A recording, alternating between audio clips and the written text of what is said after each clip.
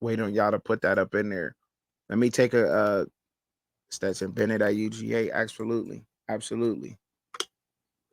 Cheers. I'm drinking my coffee real quick. Let y'all partner on that. Kentucky, good football program. I think that's coming up this year. I think that they grabbed up some key pieces. Um, dang it, man. Then they grabbed the running back from Ohio State, right? No, they got Brock Vandergriff from Georgia. And Georgia was, I mean, they had two good quarterback, Carson back and Brock. I don't think Brock was willing to wait. He wanted to showcase his talents. He is a good quarterback, though. I heard a lot of Georgia podcasts and guys talk highly on Brock.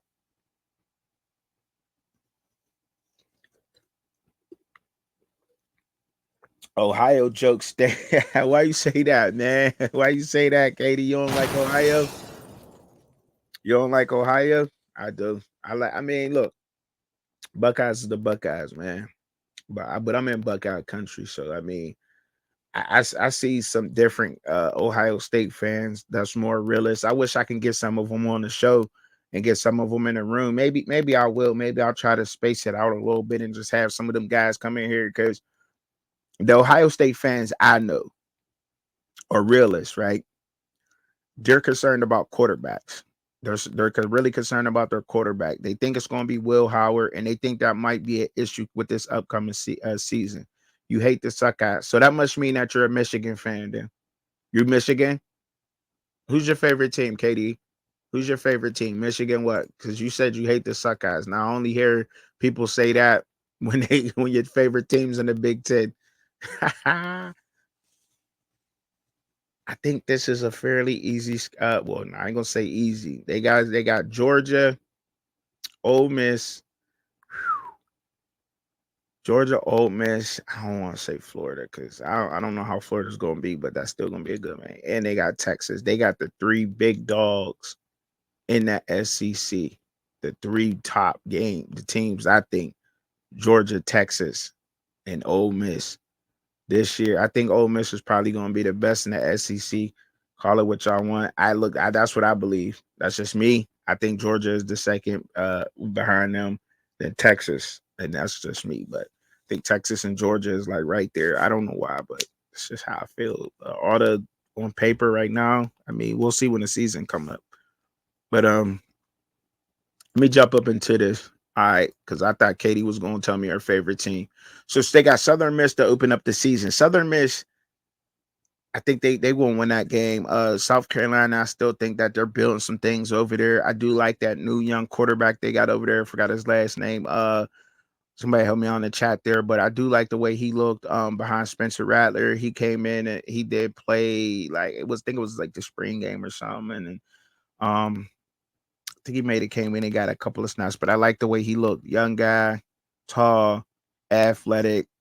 I seen him make some kind of throws, but look at like I said, but I like the way his speed was looking. Georgia's Georgia. They got all the guys coming back like how Michigan did last year. Even though they have a lot of their big guys coming back, I'm just going a little bit against the grain, a little bit against it. You know what I'm saying? I mean, but logically, when you got those older players, how great they was, and a lot of those guys coming back for one reason and one reason only to win a national championship, they probably will because they got that taste of defeat in their mouth, and that's a strong thing. Like just how I went over Georgia will definitely they'll be a top team in the SEC, but I think that Ole Miss edges them. But so Kentucky, I think they dropped that game, and they going to. I think they drop it. I do, and they're going to be at home versus the Ohio Bobcats. It's a good G5 team out here in the MAC. MAC is the area I'm in too. So, but they ain't got nothing on Kentucky. Be a good little tune-up game. Then they go to Ole Miss. I think they dropped that game in Ole Miss. Tough place to play. In the SEC, they dropped that game, but then they play Vandy at home. I think they beat Vandy. They go to Florida. They go see Florida got some games at home. Uh, um, I think they get Florida. I think that'd be a good game versus Auburn at home. Auburn is an up and rising team in the SEC West. They're young. They're definitely relying on a lot of their freshmen to come in and play because of the transfer portal, people leaving, and just the way college football is, the landscape of it now. So they're relying on a lot of their true freshmen to come in and give them a boost. But I definitely would say to watch for Auburn in the next couple of years. So this season here, I'm kind of giving Auburn a pass by having so many freshmen and coming out and saying that and being honest about it. Their coach is not hiding it. He's not hiding the fact that he's relying on a lot of freshmen to come in and help his team win games. And when you're doing that and you're being upfront and honest about that, I have to respect that about Auburn and what they're doing out there. So, look, I'll give them a pass this year, just to see how competitive they are and they're, see if they're resilient. That's what I'm looking for in Auburn to see how they handle adversity and if they're resilient or not. And so not this year, but next year, I'll definitely be looking for them to make a big jump with a lot of those true freshmen having played 13 games in the college system. This year, I just want to see that where they at with that. Like I said, Tennessee at Tennessee, it's a rivalry game. Um, it'll be a tough game because of the rivalry. Tennessee probably squeaks that out, but look, I believe in Brock Vandergrift so much. Think they beat them. Murray State, that's a dub. Think they go to Texas and they lose that game. I think they definitely lose that game. Um, and then they got Louisville, and I think that's where they help Miami for some reason. Louisville gonna need to win that game, and Kentucky gonna beat them. That's gonna help Miami advance. I love y'all, Canes. I love y'all. What she say? She said, "I hate the Canes. I hate the Suckers because of the wine after UGA the ball on them. They still whining about Marvin Harrison getting knocked out. Are they for real?" You said, "In a Mike Bobo offense, the QB is always the game manager, but they get drafted." Yes, absolutely. Look, absolutely, Katie. Look, you gotta come up on the show sometimes. Sometimes we need that we need that lady on the show, right? At the round tables and on the fans' point of view, right? You're welcome. Y'all gotta come. The ladies have to come and sit down and give y'all football expertise. I think it balances out everything. The guys won't be so rah-rah because you'll be there like you'll be you know how it is. I don't have to explain it, but come and sit down. Come and chop it up, Katie. You know what I'm saying? Come and chop it up. Get with South Coast when they do the round tables. They don't send me the schedules, but I would like y'all to send it to me in my DMs when y'all jumping on the round tables. I had a blast on the round table last night.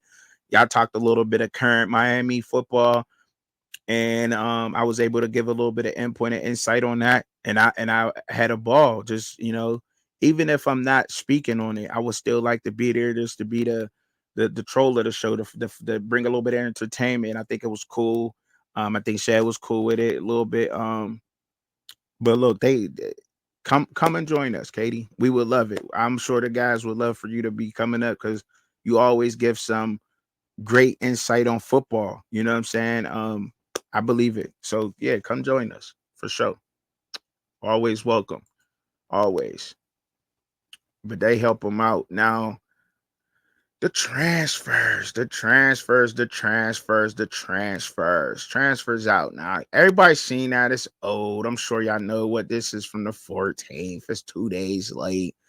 But look, it's a fine wine. Get better with time. You know what I'm saying? Look, the transfers that are excuse me, I'm sorry. The transfers out, we already know what's going on. I'm not gonna pick on them and say that, but that matters. If that matters or not, because you got other teams on there that make that work, even though some of the guys like they go in there and they just pick and they supplement and they're out of there. They don't go and build a whole team on a portal. You know what I mean? I don't think that is going to work. I don't think that's healthy for a team. But Indiana is, I think this is one of those teams who with Kurt Segnetti coming from James Madison, a lot of his players came from James Madison with him. If not, down near the half of the whole team came. So that's why they're up there. A lot of this may fool you. You know what I mean? When you get to looking at these numbers right here, uh, I don't think they're telling a true story with that because Indiana, that's where a lot of their transfers came from. James Madison, with their head coach being the head coach at Indiana. By the way, Indiana was a team who lost a lot of big games and late, but they actually didn't look that bad. Go back and watch some of them games, y'all. It's easy. They're all over YouTube, and you'll see what I mean about Indiana. Like they scored the first touchdown versus Penn State. Um, they gave Ohio State a dogfight. Michigan, they turned the ball over, and but other than that, it's like, and then it's like they was giving up.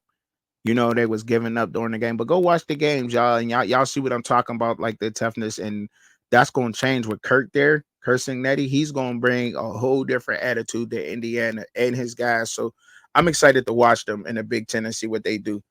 Michigan State, 36 transfers. Yeah, I don't think that's good for them. But like I said, a lot of their guys come from Oregon State too. So that's where a lot of that's coming from. Alabama is another one of them schools. First year head coach. And Kellen DeBoer, a lot of his guys followed him, and then he picked up supplemental. Louisville, we know what Louisville did. A lot of their guys transferred out. Someone went to the NFL. I don't know what's going on with Louisville. They're just trying to keep up with Miami. We know what Miami and the Hurricanes is doing. You know, crystal ball. Y'all know how y'all coach give it up. I don't got to explain that one to y'all at all because y'all know a lot more than me when it comes to Miami. I defer to y'all all the time when it comes to that. I listen to all of y'all shows and I gain a lot of knowledge about Miami. I love South Coast Canes, the his shows, because he goes into the past and breaks down the past games, and it's almost like it's back to the future because you're just looking at things from the past and like this is going on now. Like this ain't like what's changed. There ain't no difference. Like, and he breaks that down beautifully, beautifully, like no other. Shout out to him. Um, Arkansas, another one of those guys, and that's what's going on here with this list. Houston, new head coach. Cincinnati, you know what I mean? Like, and that's the thing here. In USC, I don't know that that's gonna help them or not. I think that that's not. This is exactly why I think SC will not have the season that they want. To be honest, especially in the Big Ten and Colorado, he just lives and died by the portal. That's